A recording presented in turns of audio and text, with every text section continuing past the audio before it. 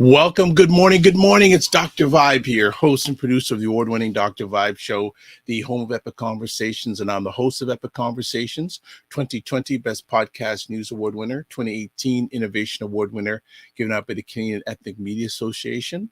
And I also co-host and co-produce the only online show in the world for dads and fathers. It's sponsored by Dove Men Plus Care. And being part of that collaboration, last year reached out directly and indirectly to over 100,000 fathers around the world. And as always, I'd like to say you're blessed, highly favored, a magnet for miracles, and a solution for someone's problem.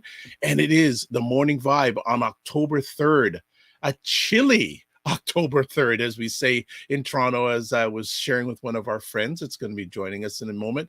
Yeah, winter is in the air. Winter is in the air. So, next week in Canada, it's actually, no, this weekend coming, it's Thanksgiving. And where did September go? My goodness, it's just like flash, flash, flash, go, go, go. My goodness. I don't know. I don't know. I can't, because I'm getting old, time is flying by. I don't know. But as they say, age ain't nothing but a number, and looking forward to another great conversation this morning on the Morning Vibe. Now, for those who are usually with us, Ryan Knight is usually with us, but he is not with us today. He is not feeling well. So let's speak that Ryan will be back with us on Friday, but let's get to some important stuff. Let's get down to some business first. This episode of the Morning Vibe is brought to you by the Macmillan Group. And the Macmillan Group has been providing mortgage solutions since one client at a time, since 1999, buying, refinancing, or investing. Call them at 905-813-4354 in Canada. In the US, 904-586-5636. So always want to thank their continuous support of the Morning Vibe. And I'll just put it out there. Hey, if you want to promote your business or service on the Morning Vibe, give us a holler. Now I woke up hungry this morning. And I guess the reason why I woke up hungry because we have our monthly segment with our two wonderful friends from Foodpreneur Lab. Janice and Marie are with us this morning. Good morning, ladies. Good morning. How are things? Happy Monday. That's all I gotta say. Happy Monday. and now this is a thing. It's interesting. You see a lot of orange. That was not done on purpose this morning. No. Janice is wearing orange, Marie's wearing orange, and our names are in orange. And you see the lower third down there scrolling is orange. Orange. Yes. Le Grand Orange. How was everyone's weekend? Well, very well. Busy. Very busy. Yeah, tell us what you did on Saturday. So my partner and I own a catering company, and we did our last wedding ever. And it was amazing. Don't say ever. You never. I know. Never. I know. I'm regretting saying that out loud now, but it was just very interesting because it was very reminiscent of how we started our business. Very long story short, we ended up having to handpick all of our staff, which is something I did not like doing in the very beginning. And that's how we ended things. But it was great. Everyone came together. The client was happy. I'm exhausted, but like a happy exhausted. Congrats. Or Congrats. a good tired. A good tired. Yes. Yes. Yes. Congrats. Janice, what was your weekend like? I actually went to see a play over the weekend called yes, I dabble in the arts every now and I get culture. So I went to go see a play at Soul Pepper Theater because I'm a huge fan of them. Very small and intimate. It was called Bad Parent. It was the debuting of it. It was very good. But I want to throw a shout out for anybody who likes to go to plays like myself. The Kink in My Hair is back in December. Yes. Trey Anthony, if you get a chance to go see it, it's at the Blue Mapel Theater. I am already looking at tickets. I saw it, oh my God, maybe it was a decade ago when they first launched it. And then CBC picked it up. Similarly, when I went to see Kim's Convenience, I saw the first show at Soul Pepper Theater. Come on. Listen, Soul Pepper Theater is one of the greatest places to go and see some plays that come to mainstream market at some point. So just FYI. So that was my thing. What? Based on that, I'm going to reach out to them to have them on the show. Yes, it was good. So I took my sister and I just did something different. That's something I like to dabble in every now and again. Thanks to my mother. Growing up, she always sent us to plays, so that's part of my cultural experience. Yes, Louise Bennett, Randy Williams. Oliver. That's what and Rex and the ballet with Rex Nettleford. Of course. Yes, so I thank her. Professor Rex. Professor Rex. Professor Rex. So I am eternally grateful for my mother exposing me to all that. So this is where your love of Stratford comes from, I'm sure. Yes. That's culture. All right, culture. Okay, well. We're not here to, we're talking about another part of culture. Yes. Food. But today we're talking about something that I'm hearing more and more about food preservation. And I want to enter our conversation today out based on a conversation I had about 2 months ago. The family that lives next door to me, the husband has been, if you're in Toronto, you know anything about the Danforth, there's been an IGA that's been on the Danforth for years. Mm-hmm. I think it's called something different now, but it's still an IGA. And we were talking across from patio to patio, and we got on the conversation about. I asked him, so what happens to the food that you don't sell? And it was interesting. He said there was a time they used to be able to give it away to charities and agencies, but because now of legalities, because if anyone got sick from it, they just throw it out. Sad but true.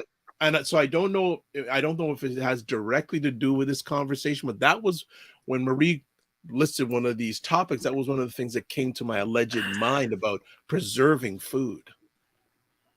Yeah. Well, it's funny you should say that because when you look at our food waste, which is a little bit off topic, but the fact that you hit on that, we have 58% of food wastage in Canada, which costs us $49 billion. And hold on. I need how much? 58% of food waste, which costs us $49 billion to get rid of. And when I mean get rid of, which is put it in a truck and drive it across the border to get rid of it. That's just food. That doesn't include any other waste products that we produce. And so it's a significant problem, but guess what? That's a whole other show. Look, so Marie, add that to your great topics that you've given us. It definitely is related, right? I mean, one of the reasons why food preservation is so important is to extend that longevity of the food. So it does have the effect of also reducing waste if done properly, especially with things like canning. Not so much, refrigeration will extend it a little bit as well, but things that allow your food to become more shelf stable so that you can kind of go through the winters and that, which is kind of how we do it here in Canada. But that's super important for that. And then the other piece, of course, is killing pathogens, which I think is something that's a bit more related to the Caribbean and African experience as well with regards to cooking and food preparation. Okay, well, I know we went off topic a little bit. We'll get back, but from LinkedIn, food waste is definitely part of the conversation. We will get to that in an upcoming conversation. So thank you for someone else recognizing that. But let's talk about food preservation. You know, I'm just the audience. You guys are driving the ship. I'm going to steer the ship. Who wants to start off? I mean, I can start off by just sort of saying that when we talk about food preservation, we're really talking about one of the many ways, like foodways, right? So foodways are kind of like that intersection of, you know, culture, tradition, history, all kind of mixing together, and how they manifest themselves in the way we produce food and we eat food. So when we think about how we eat food here in Canada, you know, we're about to go into sort of like that harvest, that Thanksgiving time frame that's happening next weekend. In the States, a little bit later in the season. But this is really traditionally where farmers would go, and they would, you know, pick up all the rest of the harvest and, you know, put it in cellars or refrigerate it or pickle it or can it or do whatever additional process to it in order to keep it going for the long winter. So that's kind of why I wanted to talk about this particular topic and sort of reach into our memories and think about ways in which the food we grew up with has maybe gone through this process without us even thinking about it. So I know the first episode we talked a little bit about bully beef. That's right. Which corned beef. Corned beef. Corned beef. Whatever and whatever key, your and your corn and your bully beef and the key. Right. So I mean that's a canned product. That is a food preservation method. It has been salted, corned, processed, canned. That thing's going to last forever. It's going to outlive all of us on this call, right? So that's a perfect example of a product that is readily available, that has made its way into our food cultures, likely by way of wanting to find remedies around foods that don't go bad so quickly. And the cost as well. There's a practicality of the cost, because when you factor food preservation, there's always a cost associated with it. And so to Marie's great intro, one of the things I wanted to preface is that if you look at where we are in food preservation, and then we step back and look in history, the reality of it is it was a very practical way to store food to ensure you could feed your family. If we're going to look at it from that sense, from the farmer's lens, which was you have all this harvest, okay, what are we going to do now? And how do we get through these winter months? And so that it was a form of necessity. It wasn't, oh, let's can, you know, that would be, it wasn't an activity to do per se, it was a necessity. And so if you go back, remember, refrigeration only happened in 1857. So when you look at it from that lens and the Industrial Revolution, we're saying, okay, well, how did we store food? We used to dig holes underground and store foods using wood and straw and ice. And that's how we kept the food cool. Now, Marie said something important very early about pathogens, which are forms of microorganisms that are created in food that can kill, and they're extremely toxic. But there's a science in everything that we eat, and food preservation is no different. So there's an acronym called FATTOM, FATTOM, and FATTOM really are the 6 characteristics in food, which is F for the type of food, A for the acidity in the food, T for time, T for temperature, oxygen, and moisture.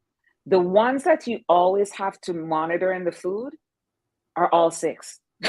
there's no, oh, we don't have to pay attention to oxygen. Well, yeah, oxygen is introduced in food, makes food go bad quickly. Oh, we don't have to pay enough temperature, we don't have to pay enough attention to time. Well, if you undercook things, that's what causes bacteria and pathogens. And if you don't heat foods properly, that's what creates food poisoning. Oh, we don't have to pay any attention to moisture. Well, actually, moisture is the enemy of preservation. So food preservation, so you can't, all 6 have to live in and work together. So when we say food preservation, to Marie's point, we have to pay attention to those 6 characteristics so that we can safely store food and that we can still pull the nutrients from them when they're out of season. Because when you look at some of the stuff that we're preserving as well, they tend to be out of season. Most, not all, but most, so that we can have our canned peaches or jarred peaches, you know, or dried apricots, mangoes, you know, stuff that you wouldn't find seasonally. So I just wanted to preface that before we start getting into a deeper dive, because the pH levels in food is integral to the safety of food as well and how we preserve foods. Good So stuff. over to you, Marie. No, well, I just want to interrupt if I can. Yes. Politely. Aldofina saying true, and for accessibility in the diaspora, when we move away from the tropics, it's a necessity to rely on more processing to store and transport our foods. Absolutely. Absolutely. And going back to some of the historic stuff that Janice mentioned as well, if we look at the indigenous cultures that existed on the Caribbean islands before Africans were brought over, so the Taino people, the Arawak people, the Axamaicans, yeah, yes. they also used to use clay pots as sort of, I guess, right. A form of early refrigeration, right? A nice cool area that was dry that they could, again, put in dirt, or that they could put in a cool area that would keep things nice and cool. So that was sort of our first crack at refrigeration before refrigeration became a thing. Yeah, and clay pots was a thing a couple of years ago. I don't know if you remember that, Marie, where everybody was cooking and digging a hole, putting it in the ground, seasoning, and then coming like, oh, look at what we've created. You know, clay pots have been around longer than we've existed. So Dr. Vibe's looking at us like, where are you guys hanging out that you're clay pot? No, I remember these things, and maybe I'm advancing too far ahead in the conversation, but how prevalent is food preservation in Black culture from both of your lens these days? Because I know a number of people that do food preservation, but they don't look like me. Right. So I'm going to just quickly jump in, and because Marie has probably a longer history and awareness, but the number one thing that we do, you know, that hot pepper that we like to put on our fish with the onions, that's food preservation. You know, the currants that we soak in rum for the Christmas cake, that's food preservation. Okay. So it can come in the chicken that you might be soaking in lime juice in the sink. Yes. That's food preservation. So it comes in a variety of forms. In your mind, I hear you, Dr. Vibe, is the canning of peaches, the jarring of apricots or traditional fruits, or apples and blueberries. That's very North American. But if you bring it back into the diaspora, as I'm sorry, I'm sorry, I don't want to butcher her name, but to the lady that made the comment earlier, we tend to do foods that culturally or tropically we can't have here, and so we will use that to extend the longevity. But traditionally, we tend to use it, you know, that pepper brine with the onions and the Scotch bonnet pepper that we like to kind of pour, you know, what's the word I'm looking for?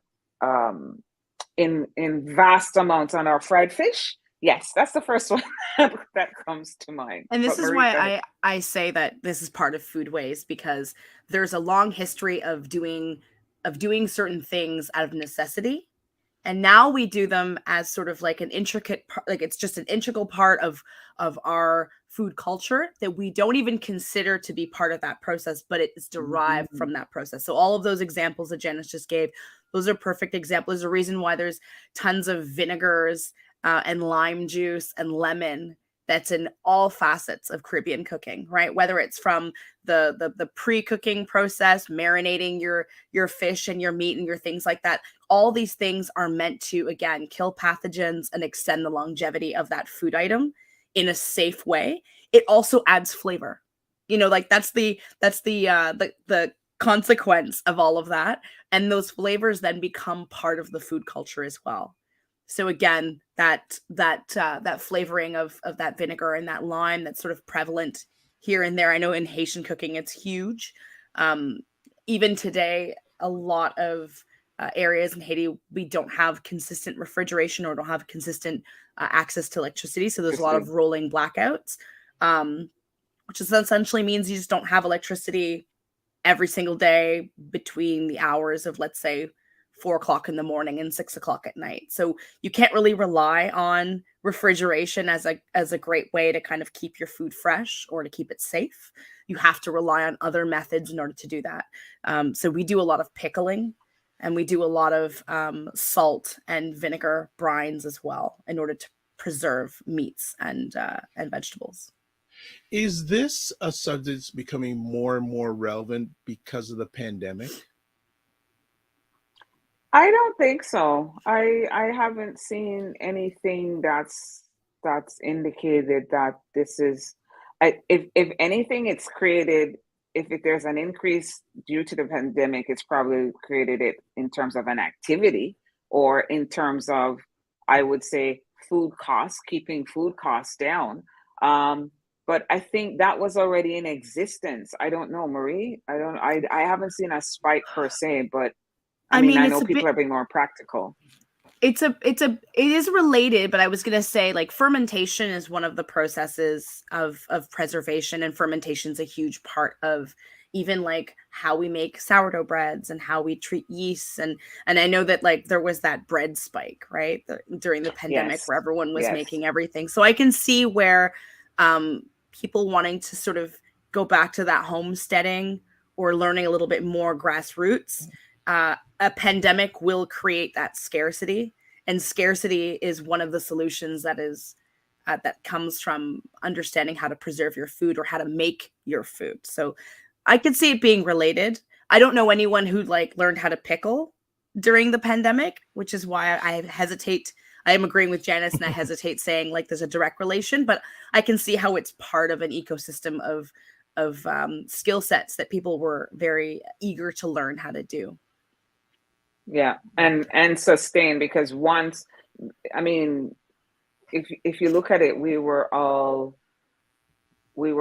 told to stay indoors. So of course, I would say there's a spike. But then after we were cleared to go back outside, how many people continue that activity, right?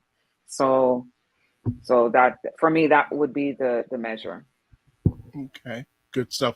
Adolfina, I hope I get your name right. If I don't, it's my thank you. It's my head, not my heart. She says yes, and more naturally with our spices and dried herbs. Yes, very, very much so. So one of the things we talk about is, you know, I have an example here of a sun-dried tomato, and that's what that looks like. And this one in particular is Mediterranean sun-dried. So it's interesting. For those of us who aren't in the culinary sector per se, I mean, the odds of you using a sun-dried tomato in Jamaican culture are very slim, because we like our fresh tomatoes.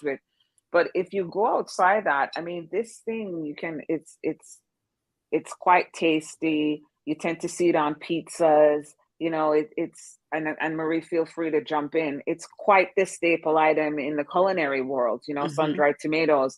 And so, you know, this is just another example of, this is sun-dried. Then you have a dehydrated version. So it all depends on how you go about using food preservation and the different types to create, you know, different forms of food that get extended, that can be used or beyond its seasonality, which is part of the whole idea of doing that. Drying is huge, right? And I know, and of course, this doesn't work in a commercial setting at all, but it's not unlike for certain for cultures to put meats or certain foods on the roof to dry, right? Like literally just like a solar drying. You know, we're talking about how you do it commercially, you do it safely in kind of a context, but there's also ways in which individuals will do preservation that doesn't seem like it's part of that process or that system, but it really truly is. So you're talking about commercial, because is this a practice that a lot of commercial food people do?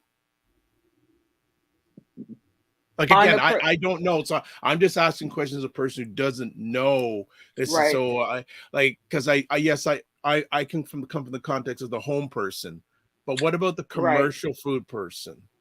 So, oh, Marie, go ahead. No, I mean, I was going to say, like, there's of course there's canned products. We already talked, like, there's products that you purchase that are preserved, and the idea, whether it's like, there you go, sun-dried tomatoes, or like something, it's an oil, right? If you go to the grocery store and you purchase olives in a brine or in an oil or a pickling juice, those have all been preserved. And anything that's shelf stable. So if you see a fruit or a vegetable that's out of the refrigerator that's sitting there on the grocery shelf, it's gone through some, or a meat, for example, it's gone through some level of preservation in order to get it in that state so that it can be shelf stable, right? So that's anything from like tuna in a can to, we've just talked about the sun-dried tomatoes and whatnot. But at the commercial level, there is, refrigeration is considered preservation as well, right? Anytime you are extending that longevity of a product in order to process it, you are participating in that process, in the chemical reaction of that process. And so for the commercial side, it's higher volume, maybe more additives that help the preservation of the food product itself. So for example, I'm sorry, I have all this food here because I'm going to have a snack. So this is, for those of you who don't know, this is a form of prosciutto, and this is cured. And so similar to corned beef, salt's added to the meat and it's dried out. It's a process. But and that's me explaining it in its simplicity from a domestic lens, from a, in your home kitchen lens. But when you start looking at this commercially, then a lot more goes into that, right? And so you'll find more cured meats. And if you notice how thin it is, because, again, it's been dried out. I mean, it has a lot of flavor, very little moisture to it. But again, these are the things that you have to look at. So if you're going to be doing food preservation from home on a smaller scale, you can have a canning machine, a canning pot, a dehydrator, you can add vinegar. There are a variety of things, but when you start talking about commercial, it's a little bit more an industrial approach to it. Good stuff. Well, just doing a little reset here on the Morning Vibe today. We're with Janice and Marie from Foodpreneur Lab talking about food preservation. And of course, our members of our family are chiming in, help making an epic conversation. Tim says we use industrial vacuum sealers for food in our hotels and large franchises as a form of preservation. There's a residential vacuum food sealers, and I'm a huge advocate for food sealers at home. That's right. We've been talking about fridges as sort of like this this additional mechanism that will create that longevity. But there's also ways like vacuum sealers, even like a Ziploc bag, tin foil. Like these are all tools that are used either commercially or at the residential level so that we can preserve our foods, right? Even putting your food in Tupperware. Like we do it every day. We just don't even really think about it. Yeah. Got it. The food vacuum. I have a food vacuum underneath my sink that has not seen the light of day, and I'm looking at the rolls that go with it because I at some point I used to use it. I don't want to say discontinued. Exactly. The machine's probably discontinued, and it was a really good vacuum sealer. But to Tim's point, yes, exactly. And not only that, it goes back to Adolfina's point as we were talking earlier about the food waste. This is our contribution to minimize that food waste. So for example, I have a rule as a single person, I will not shop at Costco because I think I take a stand on that because I am buying more food than one person can consume. And so you really there's a consciousness level that is required if you're conscious about the volume and tons of food waste, the impact that it is having, and those people who can't afford to have proper meals, what's your contribution? So I will not go to Costco and buy a 12-pack of bread or double. No, I won't do it. And me putting it in a freezer with the intention of going to go back to it in 6 months, then my argument is, Well, why not just buy one that has 12 in it, so you don't have to. So you really have to start paying attention to the food waste. And also I had to adopt a certain behavior, which was, traditionally you go to grocery store every Friday. I now break that down to every 3 days, because I was throwing out food. The other thing is, the food doesn't last as long as well. So Okay, yeah, I just want to get to that point now. yeah. Just before we go further, Tim says yes, flash freezing is also a form of preservation commercially. Yes. And then Hayton had a question saying, does preserved foods lose vitamins or minerals or any other benefits? Actually, depending on how of the method of preservation, they tend to hold their nutrients, but like any food, over time, it will diminish the longer it sits on the shelf or in storage. So, for example, I think we were saying tomatoes, for example, can be preserved for 18 months. Vegetables and meats, 2 to 5 years, which is great. But yeah, you're going to lose some nutrient value, as with anything. But at least you still have access to the food and some nutrients. And in some Fresh cases, is you're actually always going to get, best. you're going to get you can get longer nutrient value as would than if it was fresh and you were waiting until the very last minute to eat it. Yeah. Right. So if your bag of broccoli is only good for a week, day 6, it's not going to be as nutrient as, let's say, you flash froze it the first day you got it. Aldofina says, I can only buy things in Costco if I can carry them out without using a cart. There you go. There you go. I think, just by some of the things you've just recently shared, I think maybe we should do a segment on how should you shop at the grocery store. Oh, that's like a whole other thing. Well, first rule, on a full stomach. It's true. I can't emphasize that, on a full stomach. No, but I think we need, I just said, just a suggestion, or just shopping at the grocery store, because both of you know, because you're in the business, there's a whole marketing side that people have who have a grocery store. Yes. And a lot of times it's to tourists from buying their best stuff. I'll add it on my list. How's that? Shopping on grocery stores. There we go. We'll make it happen. We'll make it happen. So let's get back to the food preservation.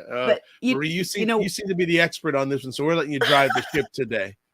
It's funny. Okay, so I'm actually going to go back to the Costco comment, because I think it's important to talk about this, because it does lead into how the community shops and how we eat and how this all kind of goes full circle, right? Because none of these topics are in a vacuum. We've touched a couple of them.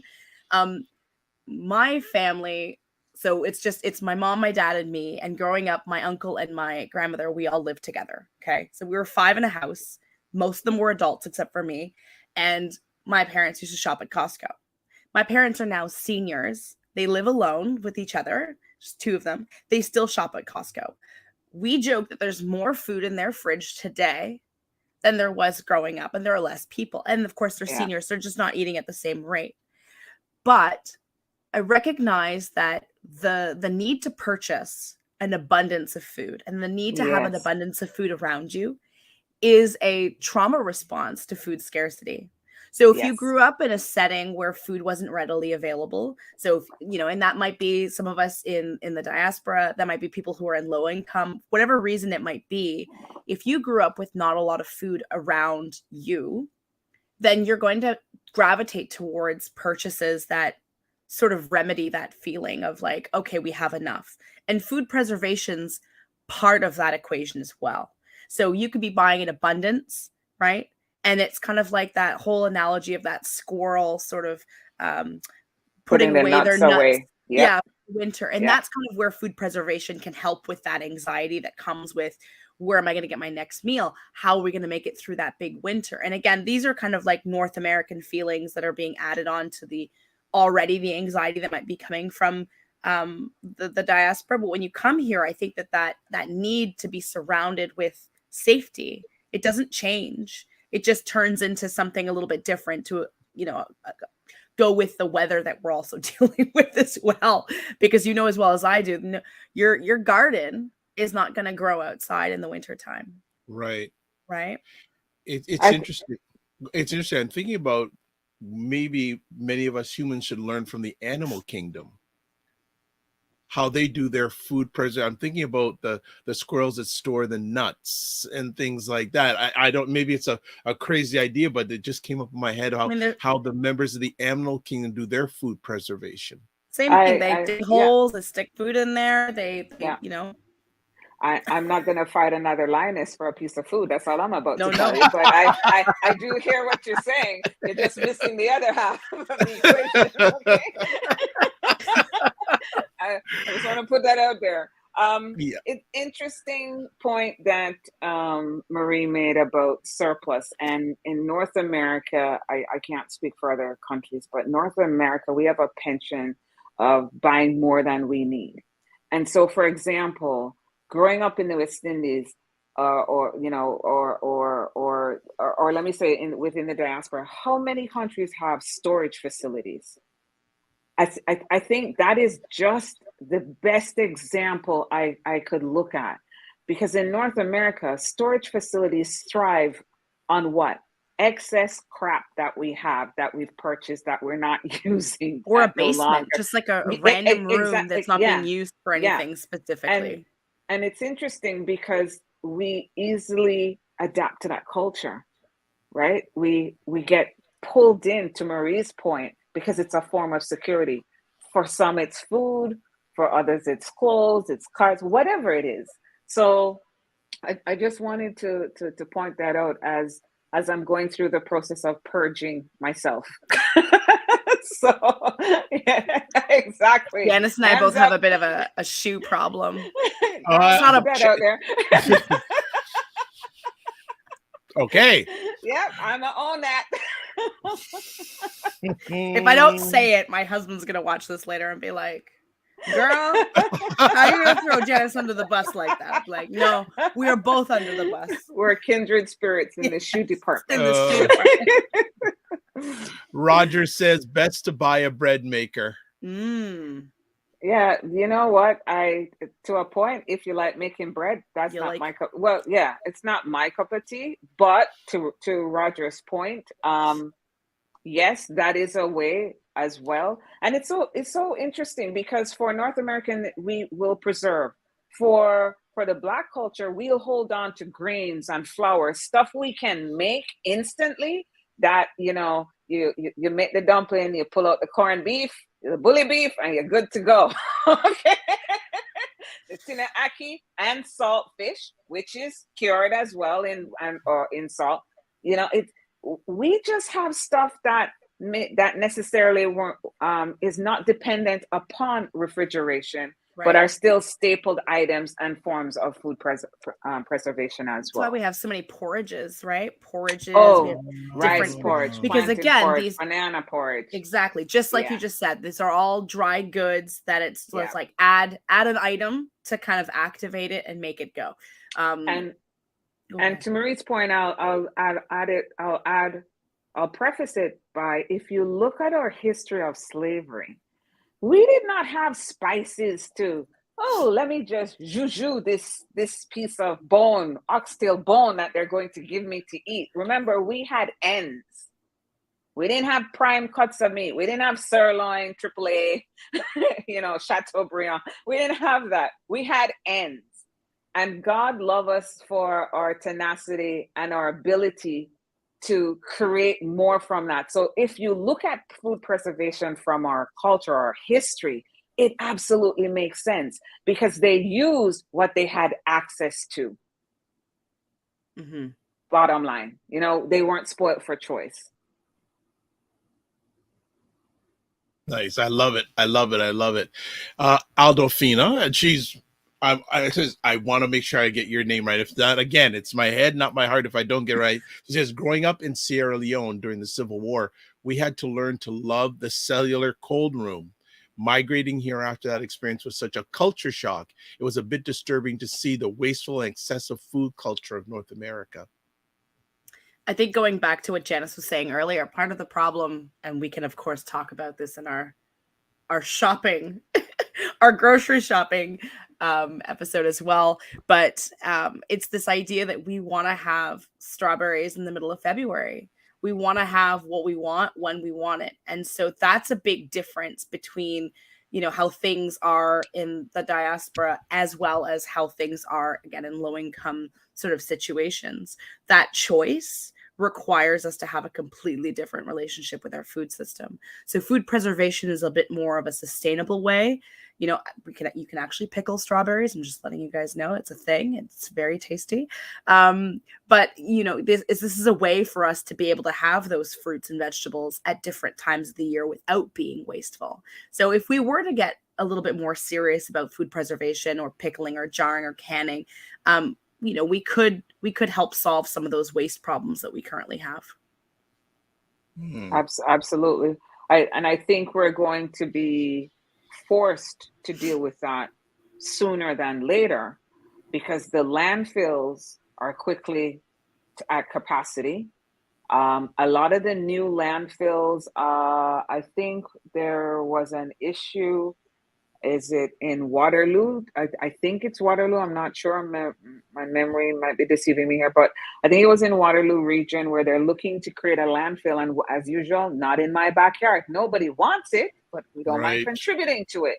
And so what we're seeing is the zero waste model that we're seeing in production has now must be adapted in households. It has to be.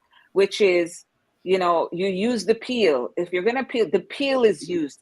You have nothing to put in the garbage.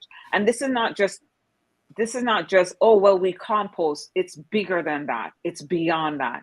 And so I think we have a responsibility. We have to take a responsibility for our contribution. And again, this is why I have such a hard line on this Costco thing.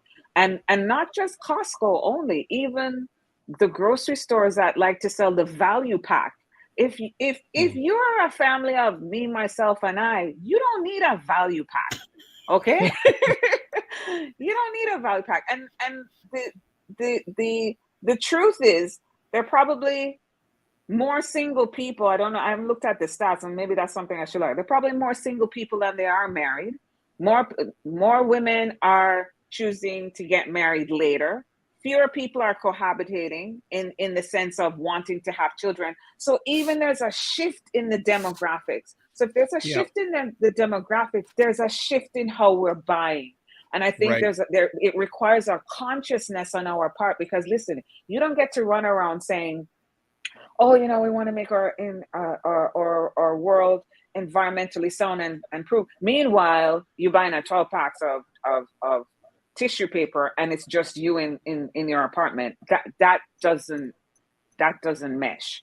So I think for us, we really and truly have to look at, how are we purchasing, which is going back to, what is it like for a single person in the grocery store versus a family, and how can we contribute to ensure that we have less waste? And for those who don't know, it's 35 million tons of food waste that we produce in Canada each year.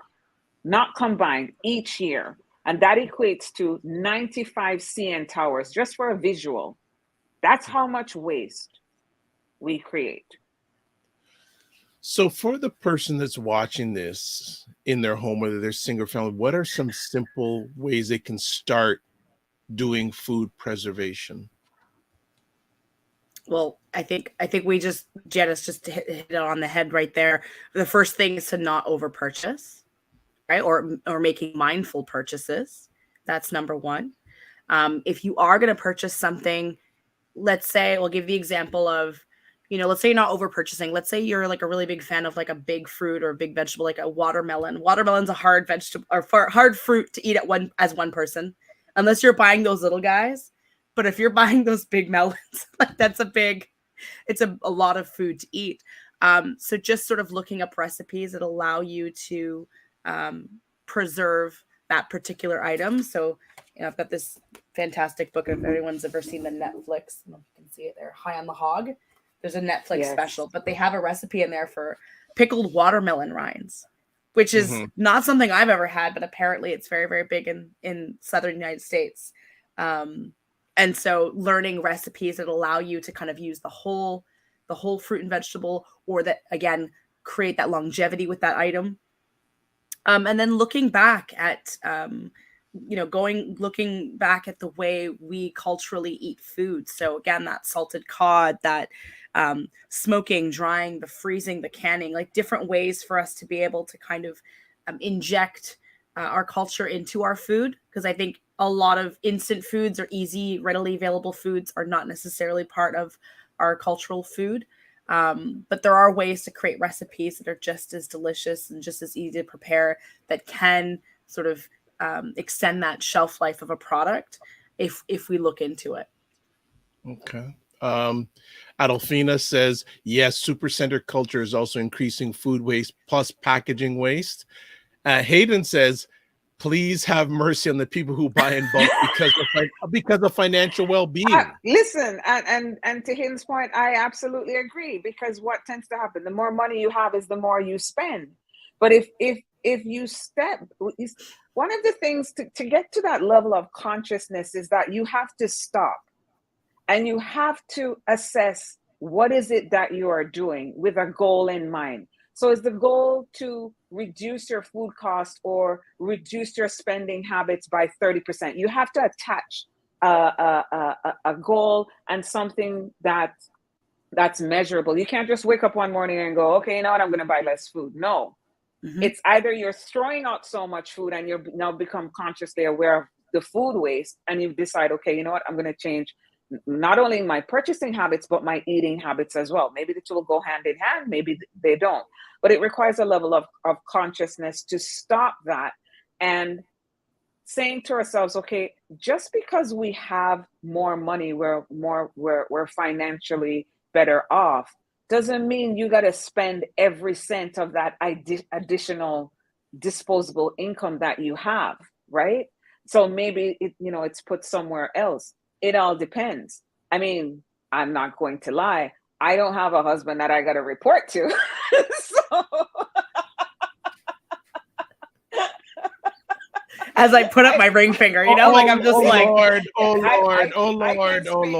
I can speak freely and independently because I don't have nobody I got to report to.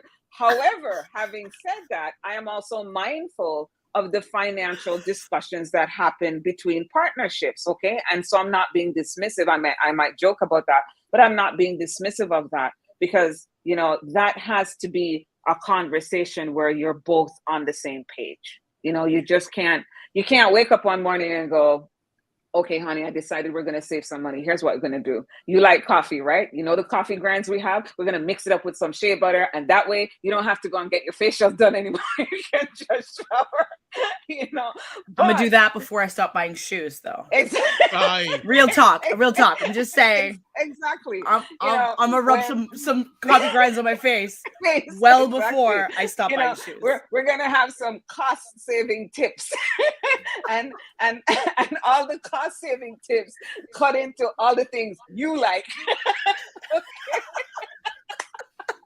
So this is why I'm saying, I'm not speaking for anybody. You couples got to work it out, but seriously, as long as you're on the same page, just be mindful of that spending and what you're purchasing, to Hayden's point. It's a good thing this is not dating tips. This is not girl, I would be on the relationship. I'm like, we gotta reset. What, and with getting back to the main crux of the conversation, with the individuals you help through Foodpreneur Lab, do you make them aware of the importance of this subject? We very much do. Having said that, one of the things that I always say also is because they are now coming into this sector, that change is not going to get adopted overnight, because we are conditioned. We see it every day where you order something from Amazon, the item within the box comes within another box that says Amazon. And so we're conditioned in certain ways. So right now they're consciously aware of eco-friendly packaging. And we're seeing the shift also because the sector is also requiring sustainable packaging as well. It's still in its infancy. And when I mean that, not so much in the terms of the development and the design, the adoption. of having it out there because it costs money. You know, we've shifted from the takeaways from styrofoam are now biodegradable. Great, but they're expensive. Mm-hmm. Right? So we're getting there, but it's a slow walk, and it's cost prohibitive. I would say that is one of the biggest contributors. Marie? And making that link to food preservation, just in case people aren't sort of clicking in, so how those two things work together is the vessels that you use in order to jar or package your product at a commercial level will impact that longevity. Yes. Right? So if you decide to put your stuff in a box, that's going to be a very different longevity than if you decide to put it in a pouch or a jar or a bag, right? And so one of the things that they go through with package designing is they do talk about sort of like, what is your shelf life today? What would you like your shelf life to be? It's not a conversation in a vacuum. It's also food science, preparation, recipe development, like all of these things are encompassed in that discussion. But that last decision is kind of like, okay, you've got this product. What can you put it in that's going to be attractive to the client, that they're going to want to pick it up? It's going to be easy to use. And also it's going to extend that shelf life and make your product last as long as possible. Exactly. And that's gases versus no gases. You know, that's part of it as well. Are the big players in the food industry taking food preservation seriously? I'm going to say yes. I honestly, I don't know. We're not privy to some of this information. Right. So, you know, apart from what they put on the packaging, that's all you know. I mean, I would safely say the Canadian Food Inspection Agency, that is their mandate, and that's what keeps us apprised of what's in your food. So I think they are beholden to the food regulations. So from that lens, I could only answer it from that lens. Here's what I will say. I think, you know, maybe it's been longer, but I don't remember growing up seeing as many hot bars within grocery stores. And I think that phenomenon of seeing sort of like that prepared food and a sort of a rise of that prepared food actually comes from wanting to have food preservation and longevity of food sort of being at the crux of things. Because at the end of the day, this is all dollars and cents. So I'm going to give an example of, let's say you have deli meats, and those deli meats are all going to go bad within a week, and they're not selling. I mean, arguably you could pull them off the shelf and you could put them in a sandwich and sell them that way. Or you could pull them off the shelf and you could make something with it, right? So all of a sudden the act of heating and recomposing that product will increase its longevity as well. And that's a form of not really like traditional preservation when we're thinking about it.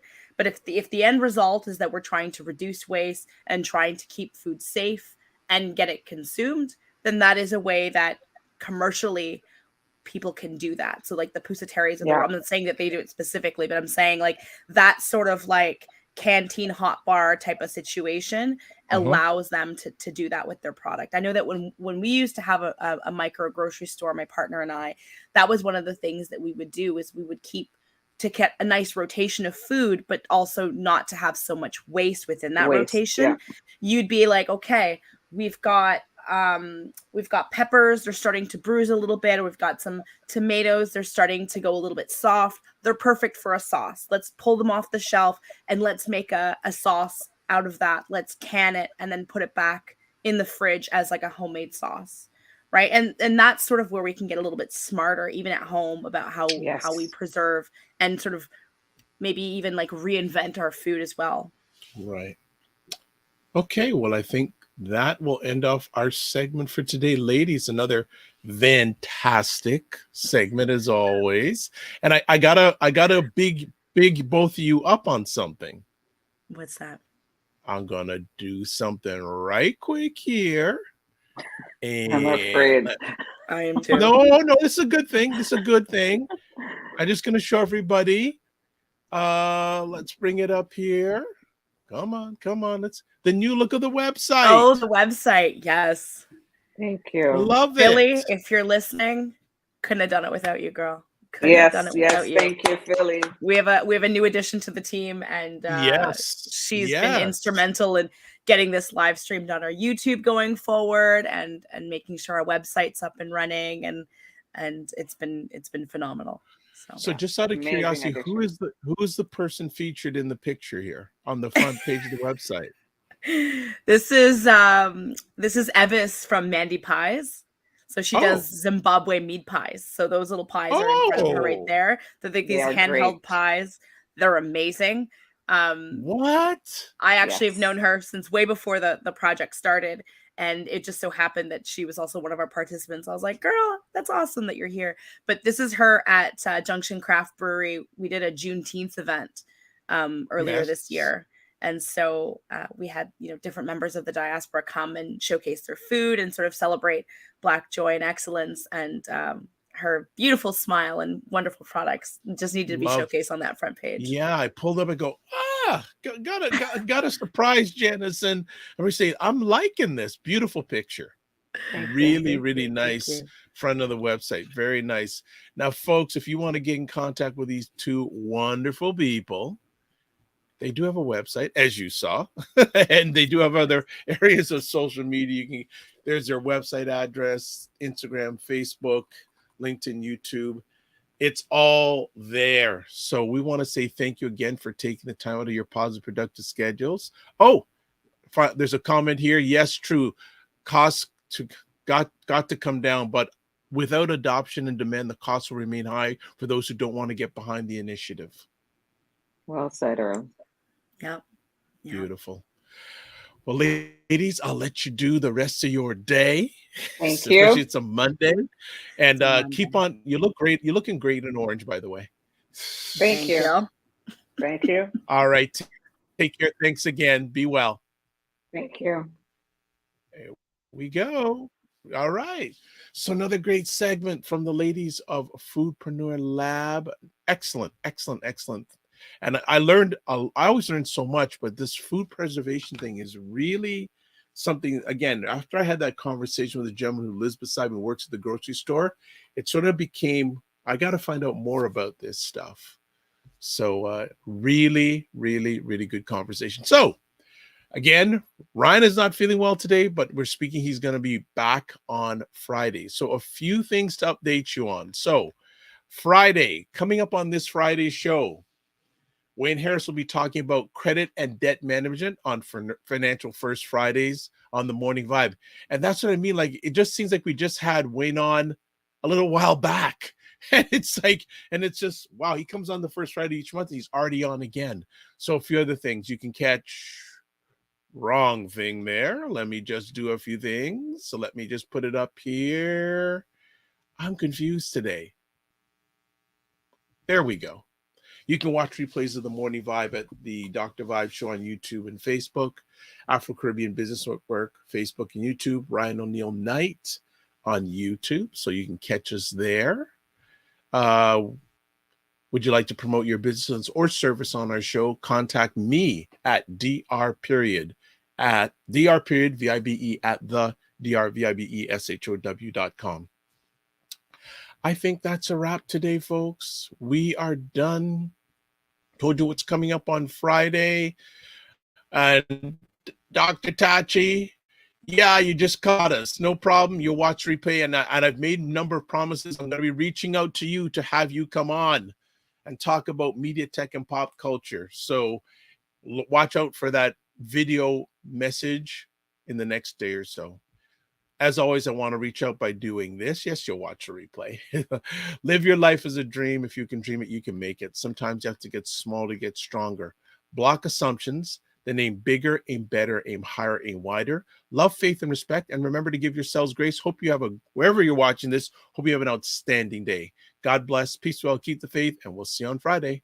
Peace.